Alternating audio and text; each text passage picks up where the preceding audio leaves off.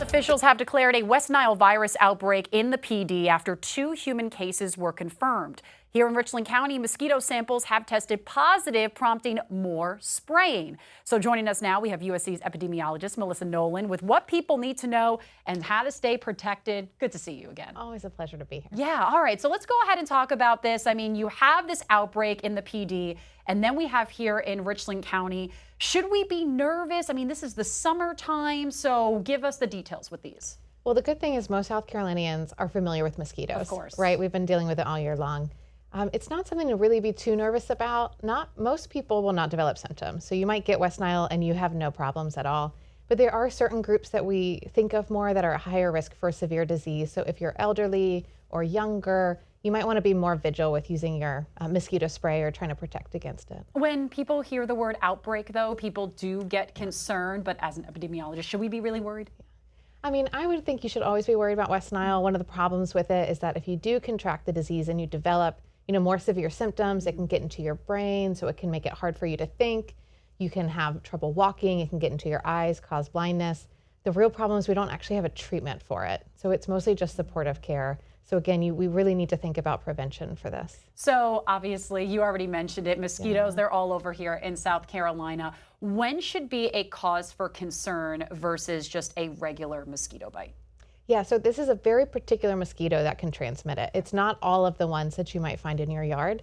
This one is a party animal. They like to be out all night long. So they'll come out around dusk and then they will bite all night. So if you're at an outdoor barbecue, for example, even after the sun's gone down, you might want to think about this one.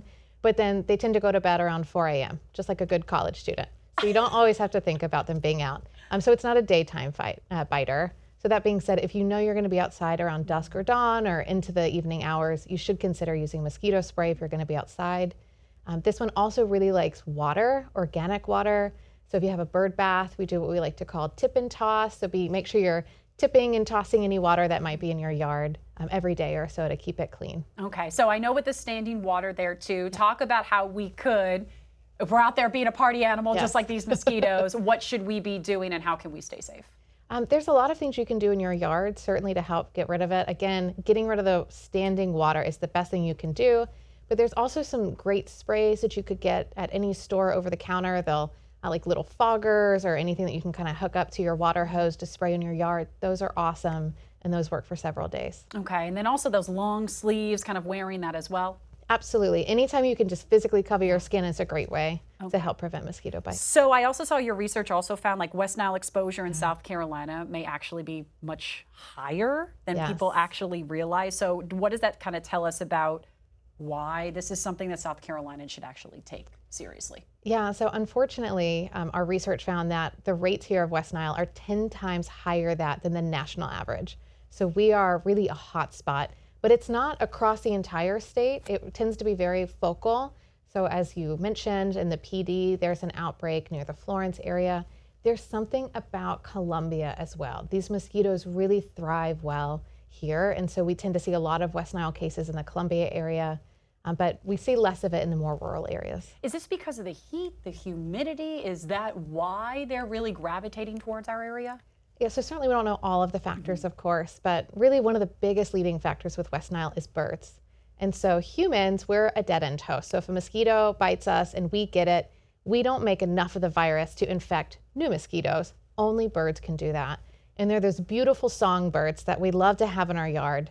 And so that's really what happens is the birds will get infected. They will actually die.